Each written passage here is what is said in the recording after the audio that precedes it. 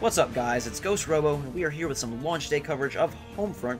Nice little game of Team Deathmatch on Green Zone. I played about 4 or 5 hours of online multiplayer here on release day, and so I figured I would compile all my thoughts into a lovely little review/impressions video. I've got a pretty good grasp on all the systems and mechanics and aspects, and so far my baseline overall feel is that Homefront is a very fun, very good multiplayer shooter, but it's lacking that special something, that extra oomph to elevate it into the premier tier of universal love, like a Call of Duty Black Ops. And I will, guys, try to avoid too many direct Call of Duty Black Ops comparisons, because Homefront does fit its own niche, and my job is to share what that niche is with you. Right off the bat here, you'll see something different. This drone, this Wolverine remote control beast, what is going on? I don't have a kill streak. How do I have this guy? It's from battle points. These battle attacks, you have 2 per character, and they could be a personal UAV sweep. They could be a drone like this guy. They could be a flying drone, a Hellfire missile, an airstrike, a flak jacket, you name it.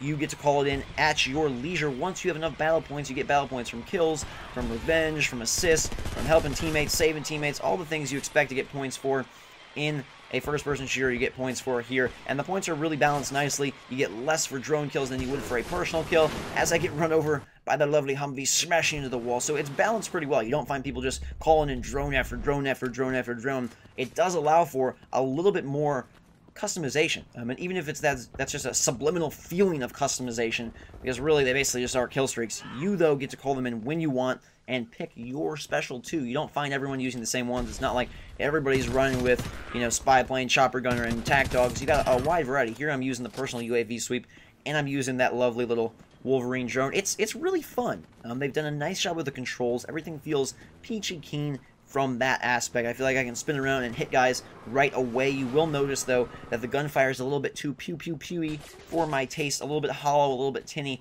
Lacks kind of that heft of a Killzone 3, or something that says, I am firing this massive weapon and shooting it through your body armor, into your flesh, and giving you wounds. You're not really going to get that feel here.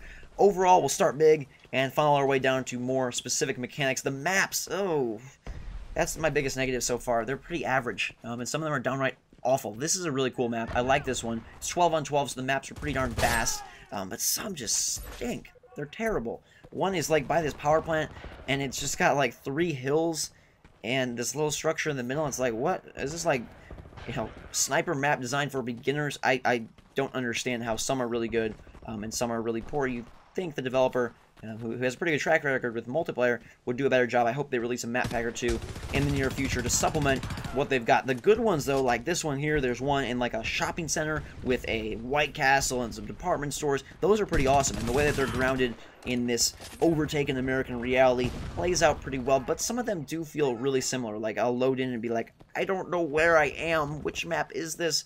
And then some I just instantly quit out because they're so terrible. You will notice about 30 seconds ago I tried to jump up on a ridge and it seemed kind of awkward. There's just a slight, I don't know, awkwardness about some of the movements, about some of the mechanics. It feels just like 98% polished. Like there's like 2% missing that a company like Infinity Ward you came to expect them getting, and you come to expect from the Battlefield team, DICE, stuff like that. There's just that slight miss. All the classes are pre-filled for you, but if you want to mix it up and put an assault rifle in a sniper class, you can be their guest and do that. They will allow you to be goofy and crazy. You get to pick which 2 different battle attacks you want. They've set out some that they think work well, but if you want to mix it up and you want to go flak jacket, which is a low-cost perk for 300 battle points, all the way up to something like a Hellfire airstrike for 1,300 battle points, you can do that as well. Mix and match however you choose, though a lot of it's locked behind some awkward progression. You're not really unlocking stuff every level. Things are really spaced out, and that also goes for the passive perks, which function just like Call of Duty passive perks. Quicker reload, faster sprinting speed, more armor for your drones, yada yada yada. Those don't seem to really play much of a role, or as much of a role as these battle attacks, and I really like the variety I'm seeing. It's not like people have found the winning formula. Granted, it's one day, so of course, in a week, come back to me, and I'll let you know if that's changed, but there hasn't been like this dominating build that everyone's just rocking. I will say, though, that short-range weapons so far don't seem to be as effective. It's really, really spaced out and really spread. Some of the maps are huge, and you'll find yourself spawning in a bad spot and running for 30 seconds just admiring the scenery and picking up twigs and finding lucky pennies. But once you get into the action, I find this assault rifle, I find the longer range weapons to be of greater use than something like an SMG or anything else that's going to put you at an advantage from close range.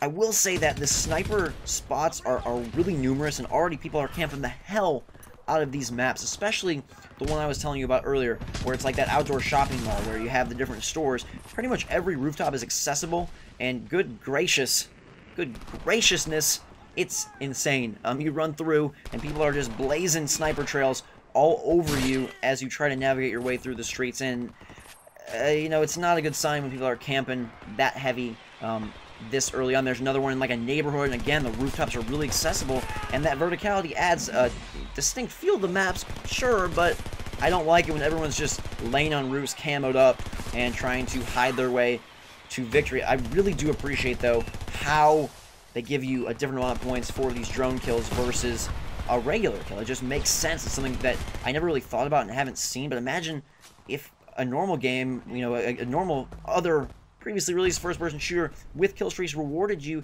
a little bit less for those kill streak kills than they did for a regular kill. I don't know. It seems like a great idea, and one that I don't think a lot of people even considered or thought about.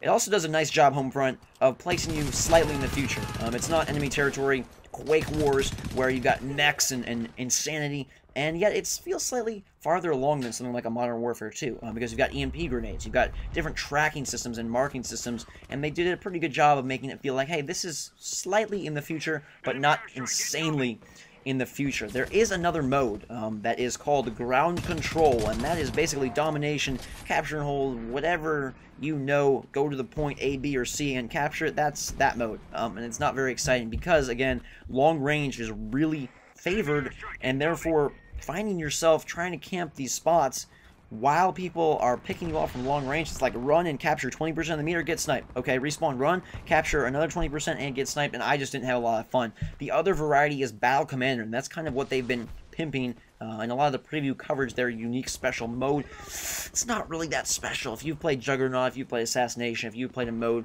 where there is a priority target, that's basically what this is, but there can be many priority targets and they're not predefined. If you get 3 kills, you pick up 1 star and gain 1 pursuer. If you pick up 6 kills, 6 straight kills, you get 2 stars, 9, 12, 15, so on and so forth. You're picking up more pursuers, more people are trying to get you, and you're highlighted on the map via a yellow-gold area. They don't show exactly where you are, but people know your general vicinity, and I just found it to be too chaotic and ridiculous. People were only going for the gold targets. They weren't killing anybody else. It was just like, hey, let's put 2 guys with gold stars above their head and have everyone run right at them and try and kill them simultaneously, and then if you kill them, you get more points and pump your fist, and if you don't kill them, you just wasted your time running around the map and you throw your controller and get angry. Also, the chaos in these games escalates as the battle progresses, because you're picking up more and more battle points, and some people like to spend them right away, and some people like to save them, and once they have a lot, they can do big damage. You know, they can call in drones, flying drones, they can call in their airstrikes, and you know, one after another after another.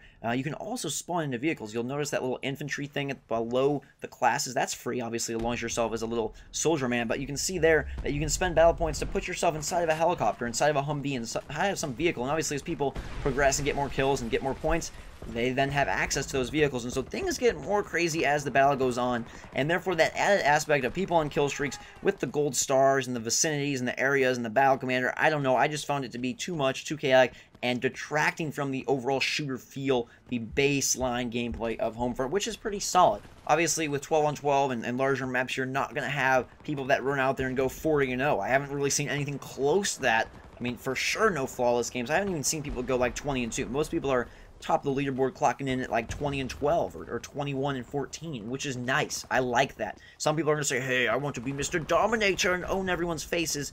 But to me, if people are clocking in with those kind of numbers, that's exciting, because it means people are being slightly more tactical. It means there's not one set thing that works and wins out every single time. It means that people can be successful even if you are not pro, champion, MLG, winner, dominator. I'm using some different classes here. The SMG, I'll switch in a second to the heavy class just to show you a little bit of variety. But like I said, I'm enjoying the assault rifle and the assault class the most. But the unlocks, yeah, they're just weird. You saw that screen. Many things are locked out, and they're just like, at the end of a match, there is hardly any fanfare, like no hoorah, nothing. It's like, you gained XP. Congrats. And that's it. You see the screen that shows how many points you gain, and you click A, and then you're right there back in the lobby. There's no medals or medallions or medal medallions or awards or thumbs up or people licking your face for doing a good job. It's just, you got XP. And so that's what I'm saying, like, in terms of presentation, there's just something missing. Like, it feels slightly generic, slightly unfinished. Some of the very tiny minute details people may be interested in. Grenades, holy cow, I feel like Peyton Manning.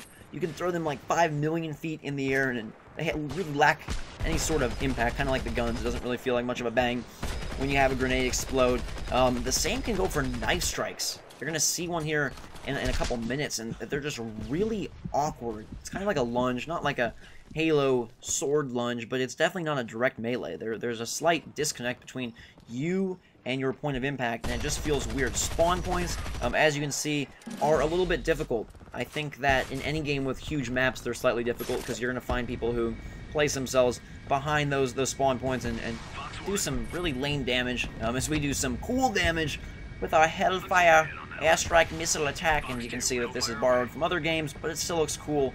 Graphically, as a whole, the game is underwhelming. It's not bad. Like, the graphics and the visuals never got in the way of my enjoyment or of my play, but you're not going to say wow ever.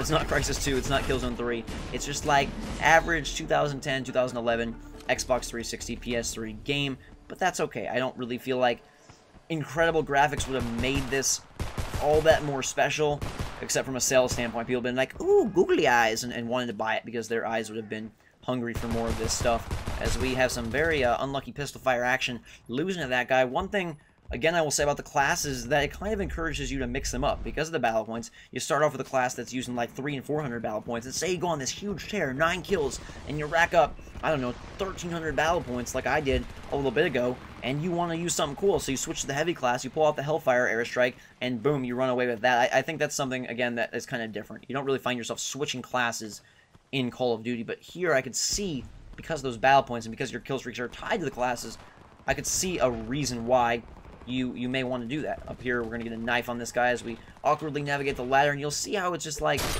there's just like some slight disconnect. The servers have been really jammed, although I will say they did quite a good job of managing that on launch day, at least when I played. I still was able to get games, and occasionally there was a little wait, but there was never significant lag, and it's running on dedicated servers, and I thought they did a A+ job for launch day. It could be horrible now. You could be like, GhostRobo, I can't even get in the match. It's 8 PM and I'm not playing. But for me, it was okay, and that's all I can give you is my impression, and my impression says this game is pretty darn fun. I'm impressed by it.